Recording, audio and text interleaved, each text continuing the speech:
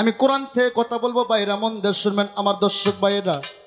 আউযু বিল্লাহি মিনাশ শাইতানির রাজিম, বিসমিল্লাহির রহমানির রহিম। আল্লাহ বললেন, ইন্নী জাইনুল ফি আরদি খলিফা। সম্মানিত দর্শক, সহি শুদ্ধ করে তেলাওয়াত করতে পারে না, কোরআন থেকে সে কথা বলতে চাই। সূরা বাকারার মধ্যে বলা হয়েছে ইন্নী জাইলুন ফিল আরদি খলিফা।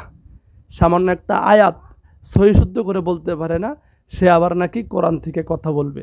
সম্মানিত দর্শক, এর নাম হচ্ছে আনোয়ার বয়াতি। আউল নামের বাউল সাধারণ মানুষদেরকে ধোঁকা দিয়ে থাকে। এই বদমাইশ বয়াতি বলতেছে যে 5 ওয়াক্ত নামাজ 5 জন নবীর উপরে নাজিল করেছে।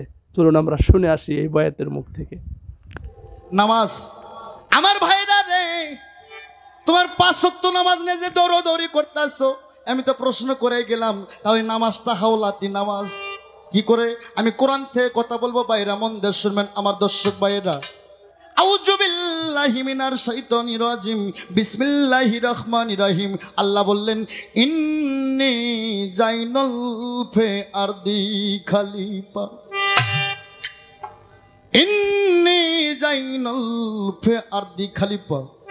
আমার আল্লাহ গো আদমের উপর 2 রাকাত ফরজ করলেন ফজর নামাজ, জোহর নামাজ 4 রাকাত ফরজ ইব্রাহিম খলিলুল্লাহর উপর ভাইরা, তার উপর জোহরের নামাজ, আসরের নামাজ নিয়ে আইলো ইনসুল্লাহ, মাসের পেটে 40 দিন ছিল। মাগরিবের নামাজ নিয়ে আইলো, যার নামটা কোরআনে আছে লা ইলাহা ইল্লাল্লাহ ঈসা রুহুল্লাহ। এই ঈসা নবী নিয়ে আসলো মাগরিবের নামাজ, বলেন সুবহানাল্লাহ। এই যে আসার নামাজ, যার নামটা কোরআন শরীফে আছে লা ইলাহা ইল্লাল্লাহ ইয়া মুসা কারিমুল্লাহ। এই মুসা কারিমুল্লাহ নিয়ে আসলো ইশারের নামাজ।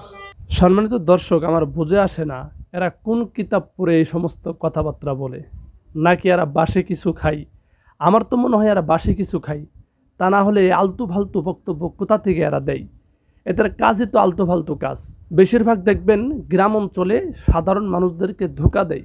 কয়টা টাকার বিনিময়ে মুখ দিয়ে যা তা বলে, বেলায়েতের ঘটনা, হাসান হুসাইন, যা কিছু বলার দরকার সাধারণ মানুষকে বুঝিয়ে কাঁদিয়ে তাদের কাছ থেকে টাকা পয়সা হাদিয়ে নেই। মূলত এদের ধান্দাই হচ্ছে এটা। যেখানে 5 ওয়াক্ত নামাজ আমাদের নবী মুহাম্মদ সাল্লাল্লাহু আলাইহি সাল্লামের উপরে নাজিল করেছেন কোরআন হাদিস দ্বারা প্রমাণিত, আর সেখানে এই বদমাইশ আউল নামের বাউল বলতেছে যে 5 জন নবীর উপরে 5 ওয়াক্ত নামাজ নাজিল করা হয়েছে। আস্তাগফিরুল্লাহ। এদের কথা যে মেনে নিবে, বিশ্বাস করবে, সে তো মরছেই, সাথে আরও অনেককে নিয়ে মরবে। এই অবস্থা হচ্ছে এদের।